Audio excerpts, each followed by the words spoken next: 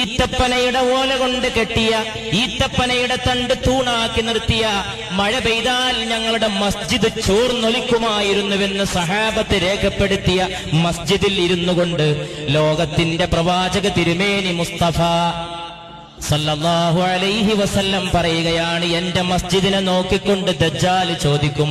ആരുടേതാണ് ഈ white palace, ആരുടേതാണ് ഈ ഖസ്റുൽ അബിയത്, ആരുടേതാണ് ഈ വെള്ളക്കൊട്ടാരം എന്ന് ദജ്ജാൽ എന്റെ മസ്ജിദിനെ നോക്കി ചോദിക്കുമെന്ന് റൂഹി പിതാ മുഹമ്മദ് മുസ്തഫ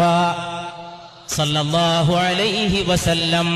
കൊല്ലങ്ങൾ കഴിഞ്ഞാൽ തന്റെ മസ്ജിദ് ഒരു കൊട്ടാരമായി മാറുമെന്ന്, അതിന്റെ നിർമ്മാണത്തിന് ലക്ഷോപലക്ഷം ഡോളർ ചെലവഴിക്കപ്പെടുമെന്ന്, അതിന് AC നിർവഹിക്കപ്പെടാൻ കിലോമീറ്ററുകൾക്കപ്പുറത്ത് എയർ കണ്ടീഷൻ പ്ലാന്റ് നിർമ്മിക്കപ്പെടുമെന്ന്, അതിനകത്തൊരൊന്നാന്തരം ഗ്രന്ഥശാല പ്രവർത്തനം ആരംഭിക്കുമെന്ന്, അതിന്റെ ചോട്ടിൽ ആയിരക്കണക്കിന് വാഹനങ്ങൾ പാർക്ക് ചെയ്യുന്ന സൗകര്യങ്ങൾ നിർമ്മിക്കപ്പെടുമെന്ന്,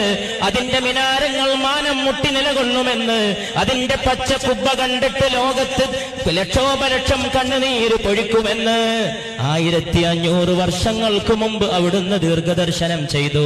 സല്ലല്ലാഹു അലൈഹി വസല്ലം.